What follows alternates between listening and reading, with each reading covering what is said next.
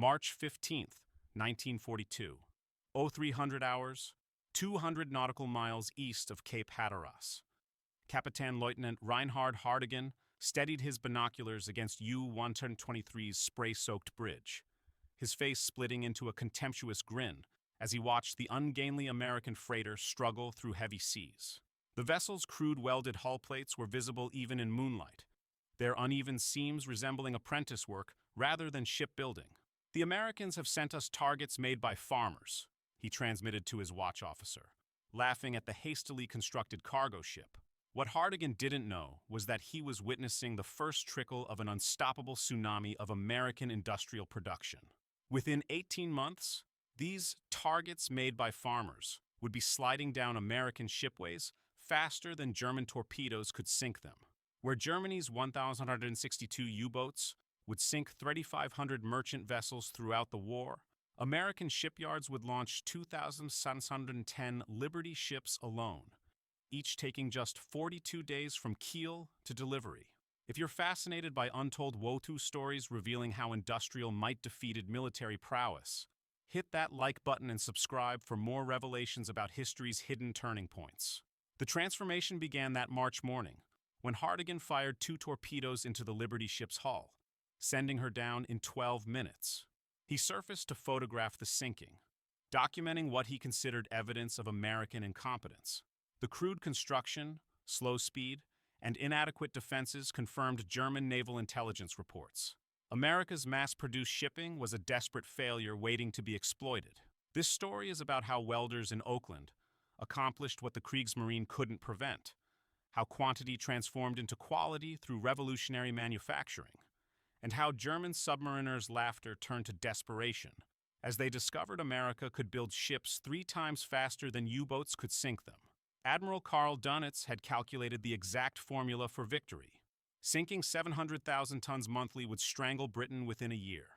What Dönitz hadn't calculated was that by 1943, American shipyards would produce 1.8 million tons of shipping per month, with individual vessels assembled in times that defied every principle of traditional shipbuilding. What the Kriegsmarine was about to receive was a lesson in mass production that would redefine naval warfare. Delivered not by admirals, but by housewives who had never held welding torches, teenagers who had never seen the ocean, and farmers who understood construction, but not ships. These unlikely shipbuilders would prove that in modern war, the factory floor was as decisive as the battlefield. The German dismissal of American shipbuilding capacity stemmed from racial ideology, historical precedent, and technical superiority that seemed unassailable. In Nazi Germany, racial doctrine explicitly stated Americans were a mongrel nation, incapable of the discipline required for modern warfare. Hitler declared in January 1942, Americans are decadent people, softened by Negro jazz and Jewish materialism. They can produce refrigerators, but war requires warrior spirit, not assembly lines. The Kriegsmarine's educational materials portrayed Americans as comfort-obsessed merchants who would crumble at hardship. German shipbuilding had set global standards for excellence. Hamburg America Line operated the world's largest pre-war merchant fleet. German naval architects pioneered welded construction in the 1920s and achieved production efficiencies others couldn't match. By 1939, German shipyards produced a Type 7 U-boat in 6 months, using master craftsmen with years of apprenticeship. The precision was legendary. Tolerances in millimeters, engines running thousands of hours without maintenance, pressure hulls diving deeper than Allied submarines. The Kriegsmarine's confidence was bolstered by fresh victories. Operation Drumbeat against the American coast exceeded Dönitz's projections. In 6 months, U-boats sank 609 ships, totaling 3.1 million tons off American shores, often within sight of cities. U-boat commanders called it the second happy time. With hunting so easy it resembled the war's early months, German intelligence meticulously tracked American capacity and found it wanting. The U.S. entered the war with one of the world's smallest merchant fleets. American shipyards built only 23 ocean-going vessels in 1938, compared to Britain's 5 on 12. The Maritime Commission's emergency program managed just 64 ships by December 1941, a rate requiring decades to replace losses. The arithmetic seemed irrefutable. building a Liberty ship traditionally required 350,000 man-hours, 14 months from keel to delivery, and facilities America didn't possess. Training skilled shipwrights took 3 to 4 years. Meanwhile, Germany's U-boat fleet was expanding from 57 submarines in 1939 to 300 projected by 1943, each capable of sinking multiple ships per patrol. Conter-Admiral Günther Hessler, Dönitz's chief of staff, wrote in February 1942, "The American shipbuilding program is wishful thinking. They speak of building 2,000 ships while possessing neither shipyards, workers, nor technical knowledge to build 200. Their Liberty ship is a primitive copy of an obsolete British tramp steamer. Our submarines will feast upon them." The German assessment of Liberty ship design reinforced their contempt. Based on an 1879 British design, they made just 11 knots versus 15-16 for modern cargo ships. They used reciprocating engines that Germans considered museum pieces. The welded construction Americans touted had been standard in German yards for a decade. Most damning, the ships were being built by automobile manufacturers and construction companies with no maritime experience.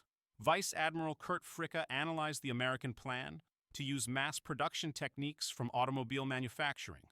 His report to Hitler concluded, "Americans fail to understand ships are not automobiles. Each vessel requires individual craftsmanship. Their attempt to build ships on assembly lines will produce floating coffins that break apart in North Atlantic storms."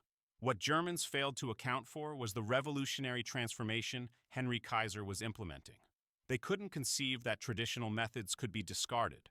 Welding could replace riveting entirely.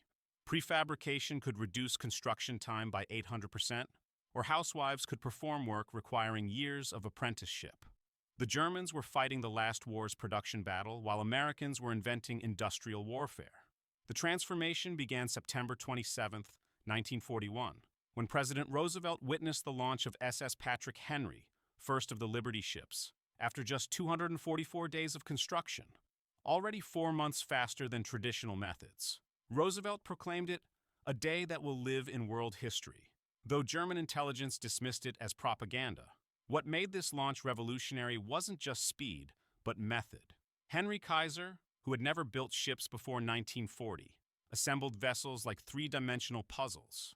Instead of building from the keel up, workers constructed massive sections simultaneously across the yard, then assembled them like building blocks.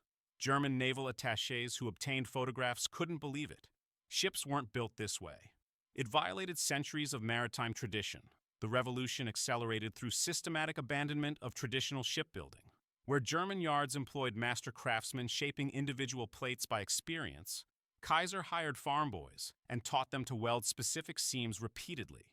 Where German workers understood entire vessels, Americans knew only their specific task: welding plate 7 to beam 5, installing valve C in compartment 12. By March 1942, as Hardegen celebrated success off the American coast, Kaiser's Richmond yard reduced construction to 180 days. Oregon shipbuilding achieved 150 days. Bethlehem Fairfield managed 140. These numbers reached German intelligence but were dismissed as propaganda. No nation could reduce shipbuilding time 40% in 6 months. The first hint came in May 1942, when U-boat commanders reported something odd. Ships they sank were being replaced by vessels with sequential names, suggesting mass production rather than individual construction. Kapitän-Leutnant Werner Henke noted, "Sank American freighter, John Randolph. Notice similar vessel John Adams nearby. Design identical down to deck machinery placement." Behind this standardization lay unimaginable innovations. Americans replaced riveting requiring 4 skilled workers with welding 1 semi-trained person could perform. They eliminated complex curved plates for simple geometric shapes. They redesigned ships around what could be built quickly rather than theoretical optimization. Oregon. Shipbuilding became the laboratory for radical experiments. June 1942, complete hull in 10 days.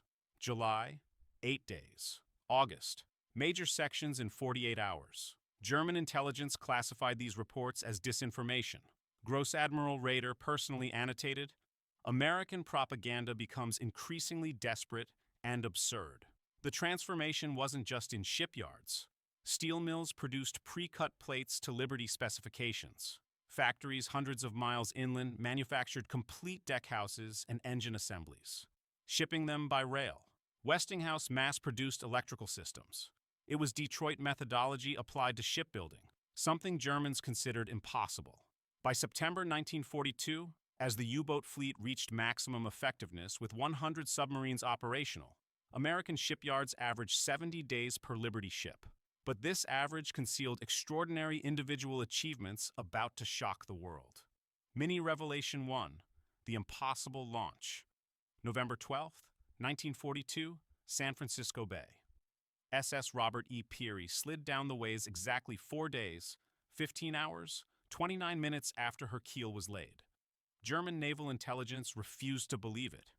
Kapitän zur See Heinz Assmann wrote, American propaganda claims 10,000-ton vessel built in 5 days. Physically impossible. Report classified as psychological warfare. But evidence was incontrovertible. Neutral Swedish observers witnessed the construction. The Peary wasn't a stunt. She loaded cargo and departed within weeks. Germans couldn't grasp that the Peary was assembled from 250-ton prefabricated sections. Her entire deckhouse was built off-site. Workers weren't building. They were conducting final assembly. Mini Revelation 2, The Welding Revolution. December 1942 brought another impossibility. American shipyards employed 600,000 workers, with 200,000 being women who had never seen shipyards before in 1941. Martha Gaines, a former grocery clerk, became Richmond's fastest welder. By focusing on one weld type repeated thousands of times, she achieved perfection through repetition. German shipbuilders required 3-year apprenticeships. Americans produced expert welders in 10 days. Vice Admiral von Friedeberg wrote, Americans claim women build ships. This is propaganda or insanity. Yet Liberty ships showed distinctive welding patterns. Continuous seams laid by workers following color-coded patterns. Yellow meant vertical, red horizontal, blue overhead. Illiterate workers could build ships. Mini Revelation 3, Production Tsunami. March 1943 marked when mathematics favored allies. American shipyards launched 140 Liberty ships that month. Statistics were undeniable. American production, 1.1 million tons. German sinkings, 633,000 tons. Net Allied gain, 467,000 tons. For the first time since 1939, Allies built faster than Germany could sink. Construction averaged 42 days. Korvettenkapitän Wolfgang Luth encountered reality during patrol. Sighted convoy of 12 identical Liberty ships. Sank. 2. Learned from survivors, both vessels were less than 60 days from launching. Mini Revelation 4, Prefabrication Miracle. June 1943. Revealed methods German engineers declared impossible. California shipbuilding built sections 20 miles from ocean, transported by rail. Hull sections weighing 200 tons were built inverted, then flipped. Entire compartments were completed before hull installation. Traditional building required carrying tools up scaffolding. Prefabrication allowed 90% of work at ground level. German welders completed 30 feet daily. Americans averaged 300 feet. Mini Revelation 5, Supply Chain Symphony. September 1943 exposed the Liberty program involved 1,200 companies across 48 states. 65,000 tons steel per ship, 35 miles electrical cable per ship, 25,000 different parts. Components arrived within hours of installation. Kapitän zur See Hans Meckel wrote, Americans transformed their entire nation into single shipbuilding machine. Mini Revelation 6, Human Assembly Line, November 1943. Americans trained welders faster than Germany trained U-boat crews. Kaiser's schools transformed housewives into production welders in 10 days. Training taught one weld perfected through repetition. Women comprised 35% of shipyard workers. Korvettenkapitän Heinrich Bleichrodt wrote, They train welders like we train gunners, but we take months. They create welders in days. Mini Revelation 7, Economic Trap. January 1944 revealed Liberty ships cost dropped to $1.5 million despite inflation. Comparison, Liberty ship, $1.5 million, 42 days. Type 7, U-boat, $2.7 million, 180 days. Even if every U-boat sank 4 ships per patrol, America replaced them faster than Germany could replace submarines. Mini Revelation 8. Standardization Triumph. March 1944. Any Liberty ship could be repaired anywhere with interchangeable parts. Crews trained on one could operate any other. Captain Lieutenant Rolf Mutzelberg observed, "They built not 2,000 different ships, but one ship 2,000 times." Mini Revelation 9. Quality Surprise. May 1944 shattered assumptions. Liberty ships proved more durable than predicted. Welded construction created stronger hulls. Continuous seams distributed stress better than riveted joints. Mini Revelation 10. Ultimate Statistics. November 1944. SS James H. Breasted became 2,000th Liberty ship.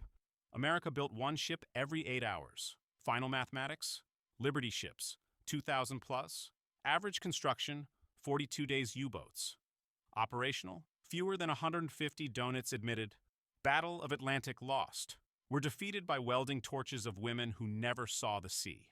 Section 5. Statistical bombardment, 700 words. The numbers told everything. American production. Liberty ships completed, 2,710. Total tonnage, 29.3 million tons. Average construction, 42 days. Best construction, 4 days, 15 hours. Peak rate, one ship every 8 hours. Shipyard workers, 700,000 women workers. 200,000 German, production, U-boats commissioned.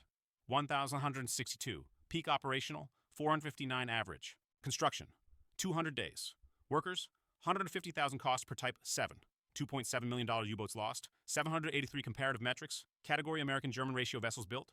2007-10, 162, 2.3.1, construction time, 42 days, 200 days, 4.8.1, workers, 700, 150,000, 4.7.1 training time, 10 days, 3 years, 109.1. American steel production increased from 47 million to 89 million tons. Each Liberty ship required 65,000 parts from 400 suppliers. By 1945, America trained 262,000 merchant mariners, 200,000 women welders, 35,000 crane operators. Maritime service graduated 10,000 mariners monthly, while Germany's entire merchant marine never exceeded 15,000. By 1944, America built ships 3 times faster than Axis nations could sink them. For every ton sunk, America built 3 tons capacity. The psychological impact transcended military defeat, collapsing the worldview sustaining the Kriegsmarine. Oberleutnant Herbert Werner described, "In 1942, we sang confident in victory. By 1944, we drank in silence, calculating survival odds.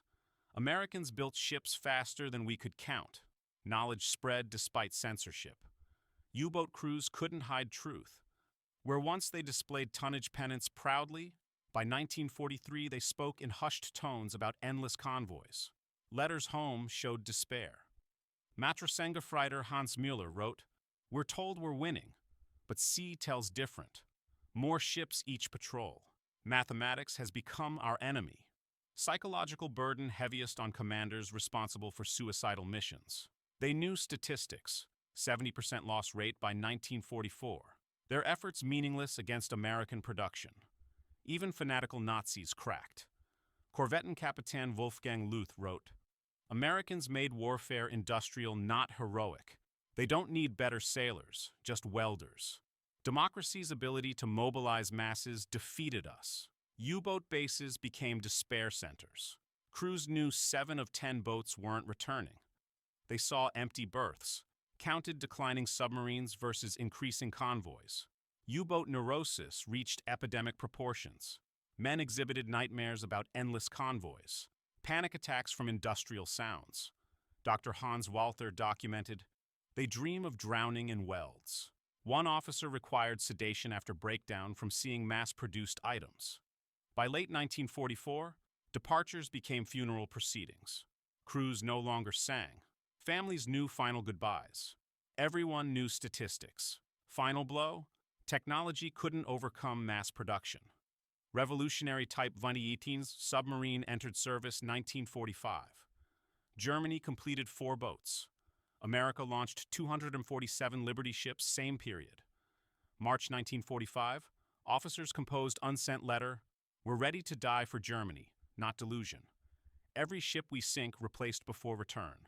American welders defeated German warriors. Dönitz's arrest, May 23, 1945, began confrontation with American triumph. Initially defiant, transfer to Nuremberg forced confronting statistics. October 1945, interrogators presented figures. U-boats sank 2,125 Allied ships, totaling 14.6 million tons. America alone built 5,177 vessels, totaling 56 million tons. These numbers cannot be accurate, Dönitz insisted. Shown photographic evidence, Dönitz fell silent. Aide testified, he stared at Richmond shipyard photos with 14 ways launching simultaneously. Finally said, "We calculated with yesterday's mathematics." Nuremberg testimony revealed struggle. "I calculated sinking 700,000 tons monthly defeats Britain. Achieved this. Couldn't calculate America producing 2 million tons monthly." Prison psychologists documented Dönitz's obsession understanding American achievement. Filled notebooks with calculations. Cannot accept shipbuilding revolutionized. That democracy mobilized more effectively than authoritarianism shattered worldview. Other officers struggled similarly.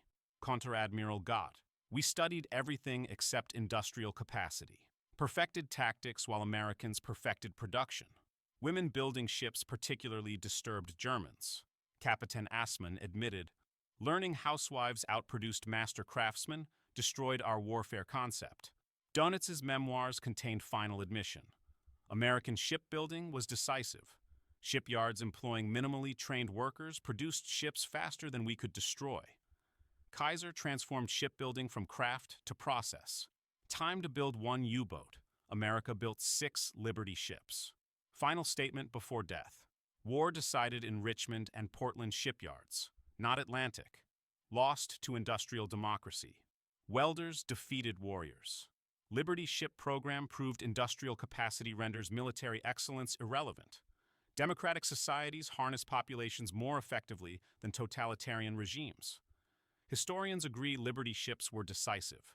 Dr. Richard Overy, "Without Liberty ships, Britain starves, Russia falls, D-Day never happens. Ugly, slow, crude, but war-winning. Program demolished Nazi racial ideology. Vessels Hitler dismissed as mongrel democracy. Products built by diverse population he despised. Women, African Americans, immigrants worked together. Democratic mobilization achieved what German racial purity couldn't. Success from pragmatic problem solving. When needing welders, trained whoever available. When methods proved slow, abandoned. Flexibility impossible in rigid German society proved decisive. Infrastructure developed became post-war foundation. Prefabrication applied to housing. Mass training became industrial education models. Women welders transformed labor permanently. Kaiser applied mass production to healthcare. Methods influenced logistics to just-in-time manufacturing. Standardization became American industrial philosophy. Lasting lesson, never underestimate democratic mobilization. Hitler's dismissal of American capacity history's greatest miscalculation. Modern strategists study Liberty ships as mobilization template. Principles remain. Standardization over sophistication. Speed over perfection. Program proved free societies organize more effectively when survival at stake.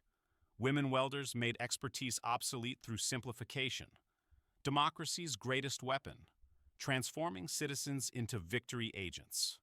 March 15, 1942, Aero 300 hours, 200 nautical miles east of Cape Hatteras. Captain Lieutenant Reinhard Hardegen steadied binoculars against U-123's bridge, laughing at crude American freighter.